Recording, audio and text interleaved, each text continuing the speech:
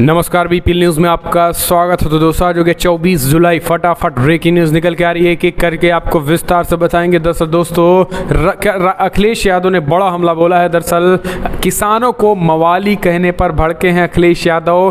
किसानों पर उन्होंने केंद्रीय मंत्री भाजपाइयों को बताया है खाना पीना बंद कर दें। जी हाँ, मवाली कहने पर भड़के अखिलेश। दूसरी बड़ी अपडेट निकल के आ रही है, ब्राह्मणों के एनकाउंटर का बदला लेने का समय आ गया है। बहुजन समाज पार्टी की तरफ से बड़ा आगाज, सतीश चंद्र मिश्रा ने किया ऐलान। अयोध्या से तीसरी बड़ी अपडेट निकल के आ रही है, यूपी सीएम योगी गोरखपुर से सैनिक स्कूल की आधारशिला रखा, 16 परियोजनाओं का किया शिलान्यास। जी हाँ, ये भी आपको बताएंगे। प्रधानमंत्री मोदी और वाराणसी में 2 गांवों को गोद लेने जा रहे हैं, उनके बारे में भी आपको बताएंगे। सब कुछ खबरें जानेंगे। यूपी में क्या हाल चाल है बारिश की लेकर, आज बारिश को लेकर भी बड़ी खबर आई, तो सब कुछ खबरें जानेंगे। लेकिन उससे पहले एक छोटा सा निवेदन, अगर आपने चैनल को अभी तक सब्सक्राइब नहीं किया तो चैनल को सब्सक्राइब करें। और अखिलेश यादव ने 350 सीटें जीतने का वादा भी किया है, वो भी बताएंगे। लेकिन 2022 में कौन बनेगा मुख्यमंत्री, कमेंट के माध्यम से सुझाव दो। दरअसल पहली बड़ी अपडेट निकल के आ रही है। तो दोस्तों, आपको बता दें, किसानों को मवाली कहने पर भड़के अखिलेश यादव। बीजेपी के केंद्रीय मंत्री पर निकाली भड़ास, कहा सारे के सारे भाजपाई किसानों द्वारा उगाए गए अन्न को खाना बंद कर दें। दरअसल केंद्र सरकार ने नए कृषि कानून लागू कर किसानों को आंदोलन करने के लिए मजबूर कर दिया और पिछले साल नवंबर महीने से किसान देश की राजधानी दिल्ली में अपने खेत और अपनी कृषि अधिकारों की रक्षा के लिए आंदोलन कर रहे हैं। सरकार इन आंसू गैस और वाटर कैनन चलवाने के अलावा बस उन्हें खालिस्तानी, आतंकवादी, आंदोलनजीवी जैसे शब्द दिए जा रही है। इसी को प्रथा में केंद्रीय मंत्री मीनाक्षी लेखी ने कल आगे बढ़ती आंदोलनकारी किसानों को मवाली और गुंडा बता दिया। उनके किसानों की तुलना मवालियों से कर दी है। इसके साथ ही अब किसान भड़क गए। राकेश टिकैत ने कहा था, हम गुंडे नहीं किसान हैं। 2022 से 24 में बता देंगे कि हमारी औकात क्या है। इसके साथ ही राकेश टिकैत ने अखिलेश यादव ने इस पर बड़ा हमला बोला। मीनाक्षी लेखी की इस टिप्पणी पर पूर्व मुख्यमंत्री अखिलेश यादव ने लिखा है कि भाजपा के एक मंत्री द्वारा आंदोलनकारी किसानों को मवाली कहा जाना मानसिक दिवालियापन है और ये देश की 2/3 जनसंख्या का ही नहीं, पूरे देश का अपमान है। भाजपाई किसानों का उगाना खाना बंद करें। अगली अपडेट लेते हैं। दोस्तों, बसपा कमीशन 2022 अयोध्या से योगी सरकार पर बरसे सतीश मिश्र बोले, ब्राह्मणों के एनकाउंटर का बदला लेने का वक्त आ गया है। खुशी दीदी की लड़ाई की लड़ेंगे ना। बहुजन समाज पार्टी ने मिशन 2022 के लिए एक बार फिर से 2007 के फॉर्मूले पर काम करना शुरू कर दिया है। इसी के तहत बहुजन समाज पार्टी ने ब्राह्मणों को एकजुट करना शुरू कर दिया। शुक्रवार को पार्टी के राष्ट्रीय महासचिव सतीश चंद्र मिश्र ने अयोध्या से ब्राह्मण सम्मेलन के साथ अपने मिशन की शुरुआत की है। उन्होंने यूपी में ब्राह्मणों के एनकाउंटर का मुद्दा जोर शोर से उठाया। यहाँ तक कह दिया है कि अब वक्त आ गया है कि ब्राह्मणों के एनकाउंटर का बदला लिया जाएगा। योगी सरकार पर हमला करते हुए सतीश चंद्र मिश्र ने कहा है कि यूपी में 13% ब्राह्मण हैं, लेकिन फिर भी उन्हें हाशिए पर रखा गया है। इसका कारण है कि ब्राह्मण एकजुट नहीं हो पा रहा है। ब्राह्मणों को एकजुट करना होगा। असली ताकत तभी मिलेगी जब ब्राह्मण एकजुट होगा। 13% ब्राह्मण और 23% दलित एक हो जाएं तो सरकार बनने से कोई रोक नहीं पाएगा। ब्राह्मण समाज बुद्धिजीवी समाज है। सतीश चंद्र मिश्र ने मायावती सरकार में ब्राह्मणों के लिए किए गए कार्यों को गिनाया है और कहा है कि बसपा सरकार में 62 सीट ब्राह्मणों ने जीती। ब्राह्मण समाज के कारण ही बसपा की पूर्ण बहुमत की सरकार आई थी। बसपा सरकार में 2200 ब्राह्मणों को सरकारी वकील बनाया गया था। ब्राह्मण अधिकारियों को उचित तैनाती दी गई है। कहा है कि प्रदेश के ब्राह्मणों से आह्वान है कि जितनी ब्राह्मणों की हत्या हुई उससे सबक लें। विकास दुबे एनकाउंटर, खुशी दुबे का मुद्दा भी उठाया। सतीश दुबे ने विकास दुबे एनकाउंटर का मुद्दा भी उठाया और उन्होंने कहा है कि क्या दोष है कि उन लड़की खुशी का जो 16 साल की थी उसे जेल बंद किया गया है। इस तरीके से उन्होंने कहा कि हम इनकी लड़ाई भी लड़ेंगे और एनकाउंटर का बदला लेने का समय आ गया है। बीजेपी वाले राम की बात करते हैं लेकिन सीता की नहीं करते हैं। हम राम की बात करेंगे और परशुराम की भी बात करेंगे। इस तरीके से सीधा सीधा ब्राह्मणों को एक तरीके से बीएसपी की तरफ एकजुट करने का जाल फेंका। इसे आप कैसे देखते हैं, कमेंट के माध्यम से सुझाव दें। अगली अपडेट लेते हैं। बड़ी खबर निकल के आ रही है। तो दोस्तों, गोरखपुर सीएम योगी ने रखी सैनिक स्कूल की आधारशिला, 16 परियोजनाओं का किया शिलान्यास। जी हाँ, मुख्यमंत्री योगी आदित्यनाथ ने प्रदेश के सभी मंडल मुख्यालयों, कमिश्नरी में सैनिक स्कूल खुलेंगे।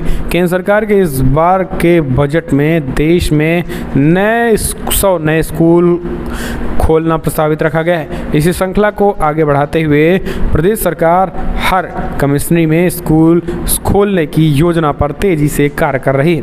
मुख्यमंत्री ने शुक्रवार को उप मुख्यमंत्री डॉक्टर दिनेश शर्मा के साथ गोरखपुर खाद कारखाना परिसर में वैदिक मंत्रोच्चार के बीच भूमि पूजन कर प्रदेश के 5वें सैनिक स्कूल की आधारशिला रखी और ने कहा है कि गोरखपुर में बनने जा रहा स्कूल पूर्वी उत्तर प्रदेश के विद्यार्थियों का सैन्य प्रशिक्षण के साथ योग्यता शिक्षा देने का प्रयास है। मुख्यमंत्री ने घोषणा की है कि गोरखपुर खाद्य कारखाना परिसर में सरकार स्किल डेवलपमेंट का बड़ा केंद्र भी खोलेगी।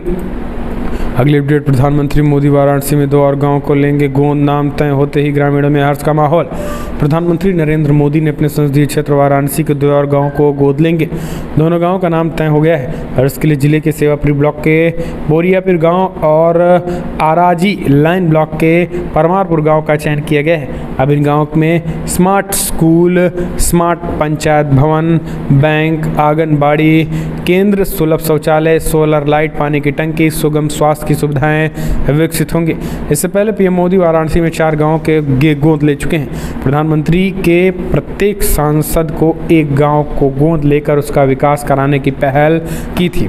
पहली बार प्रधानमंत्री बनते ही मोदी ने साल 2014 के नवंबर में सांसद आदर्श ग्राम योजना की शुरुआत की और ने खुद वाराणसी के जयापुरा गांव को गोद भी लिया था। जयापुरा के बाद नागोपुर, कबरिया और डोमरी में भी प्रधानमंत्री मोदी ने आदर्श ग्राम योजना के तहत गोद लिया और डोमरी के बाद प्रधानमंत्री ने 2 वर्षों से किसी गांव को गोद नहीं लिया है। अगली अपडेट, योगी सरकार का बड़ा ऐलान, अंत्योदय राशन कार्ड धारकों को मिलेगा 5 लाख का मुफ्त इलाज। जी हाँ, दरअसल स्वास्थ्य मंत्री जय प्रताप सिंह ने एक बयान जारी करके कहा है कि प्रदेश के 40 लाख से अधिक अंत्योदय राशन कार्ड धारकों को 5 लाख प्रति वर्ष तक की निःशुल्क चिकित्सा सुविधा सरकार देगी। आयुष्मान भारत पीएम जन आरोग्य योजना के तहत सरकार 5 लाख की निःशुल्क चिकित्सा सुविधा देगी। स्वास्थ्य मंत्री जय प्रताप सिंह ने कहा है कि 40 और 79,598 परिवारों के 1,30,00,000 के करीब लोगों को योजना का लाभ मिलेगा।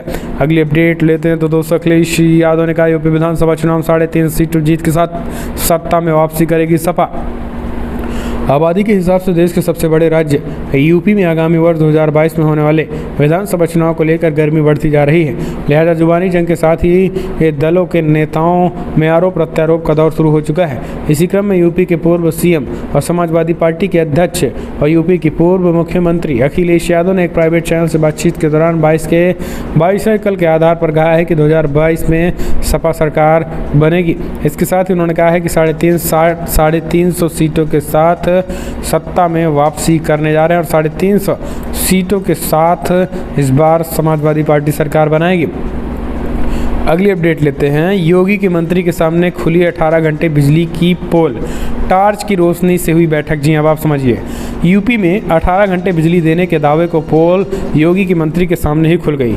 जौनपुर में अधिकारियों के साथ बैठक करने पहुंचे प्रभारी मंत्री उपेंद्र तिवारी के लिए जनरेटर चलाया गया, लेकिन उनका भी डीजल खत्म हो गया। इसके बाद टार्च की रोशनी में बैठक का कोरम पूरा कराया गया। जौनपुर के प्रभारी मंत्री उपेंद्र तिवारी, मंत्री गिरीश चंद्र यादव, बदलापुर के विधायक रमेश मिश्र के साथ सिकरारा ब्लॉक मुख्यालय में सभागार भवन में जिलाधिकारी मनीष कुमार वर्मा, पुलिस अधीक्षक अजय कुमार साहनी, सीडीओ अनूप शुक्ल के साथ जिले के सभी उच्चाधिकारियों के साथ देर शाम समीक्षा बैठक कर रहे थे। अब आप समझिए, 24 घंटे बिजली की पोल खुल गई, 15 मिनट तक बिजली नहीं आई और टार्च की रोशनी में ही समीक्षा बैठक करनी पड़ी है। तो ये है यूपी का योगी सरकार जो बड़े बड़े दावे करती है, खास करके बिजली व्यवस्था को लेकर। सरकार के सामने ही पोल खुल गई। अगली अपडेट लेते यूपी के खिलाड़ियों को सीएम योगी का तोहफा, खेल कोटे से मिलेगी सभी विभागों में नौकरियां। टोक्यो ओलंपिक के बीच यूपी के खिलाड़ियों को लेकर सीएम योगी ने बड़ा फैसला किया। मुख्यमंत्री योगी ने शुक्रवार को पुलिस विभाग समेत सभी विभागों में खेल कोटा बहाल करने का ऐलान किया और उन्होंने कहा कि इन सभी विभागों को पद सृजित कर योग्य खिलाड़ियों व एथलीट व नियुक्त की जाएगी। इसके लिए विस्तृत कार्य योजना तैयार कर प्रस्तुत किया जाएगा। मुख्यमंत्री की ओर से खिलाड़ियों को यह तोहफा माना जा रहा है कि मुख्यमंत्रियों ने टीम 9 की बैठक में निर्देश दिए हैं और उन्होंने कहा है कि यूपी पुलिस दुनिया के विशालतम पुलिस बल में एक है और इनमें खेल कोटा के तहत प्रतिभावान खिलाड़ियों के लिए जाना उपयोगी होगा। हम चलते हैं अपडेट लेते हैं। तो दोस्तों पिछले 30 से 35 घंटे से चली 30-35 घंटे तक चली भारत समाचार पर रेड।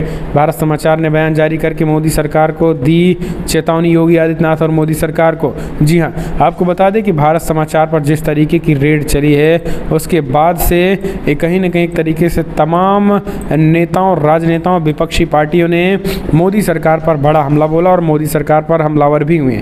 इस बीच पिछले 30 से 35 घंटे तक ये रेड चली है। जी हाँ, ये रेड 30 से 35 घंटे तक चली हुई है। इस बीच आपको बता दें भारत समाचार आईटी रेड के बाद भारत समाचार की तरफ से बयान निकल के आया। उन्होंने कहा कि तुम्हारी फाइलों में हर वक्त मौसम गुलाबी था, मगर वो आंकड़े झूठे थे और दावे किताबी थे। मैं तो बहुत ही अच्छी तरीके से जानता हूँ तुम्हें, जो तुम्हारे गुण गाएगा उसे तुम पसंद करोगे। हमने सच कह दिया इसलिए परेशान हो गए। मैं तो सच का प्रहरी हूँ, कैसे चुप करा पाओगे। सत्य के पथ पर चलूँगा, हमेशा नहीं डिगा पाओगे। तो ये भारत समाचार की तरफ से editor in chief Brajesh Mishra की तरफ से आया है। ने कहा मेरी ज़मीर इजाज़त देती है प्रदेश की जनता की आवाज़, हक की लड़ाई लड़ना। इस तरीके से उन्होंने बड़ी बातें कही। इसके साथ ही प्रदेश में कल कई जगहों पर उत्पीड़न के खिलाफ ये बातें हुई। दरअसल वीरेंद्र सिंह के घर से आईटी टीम रवाना हुई है। खाली हाथ लौट कर गई आईटी टीम की पूरी टीम। उत्पीड़न के इरादे से आई थी आईटी की टीम। छापेमारी में आईटी टीम को कुछ नहीं मिला। वीरेंद्र सिंह जो स्टेट हेड है भारत समाचार के, आपको बता दें कि कल 10 बजे निकली है। यानी कि वो टीम जो है, अगर बात करें हम 22 तारीख की सुबह, जी हाँ 22 तारीख की सुबह आई थी, लगभग 6-7 के करीब सुबह, और कल शाम 10 बजे गई। अब आप समझिए कि 48 घंटे तक ये रेड चली थी। 48 घंटे ये रेड चली थी। भारत समाचार आईटी रेड पूरी हुई, कल शाम को ये पूरी हुई और खाली हाथ उन्हें जाना पड़ा। ये बड़ी बात उन्होंने कही हुई है। तो ये अपने आप में बड़ी खबर निकल के आ रही है भारत समाचार को लेकर। अगली अपडेट लेते हैं। तो दोस्तों जेवर एयरपोर्ट के लिए विस्थापित किए गए किसानों का दर्द आया सामने। कॉलोनी में बने मकानों की हालत हुई बदतर।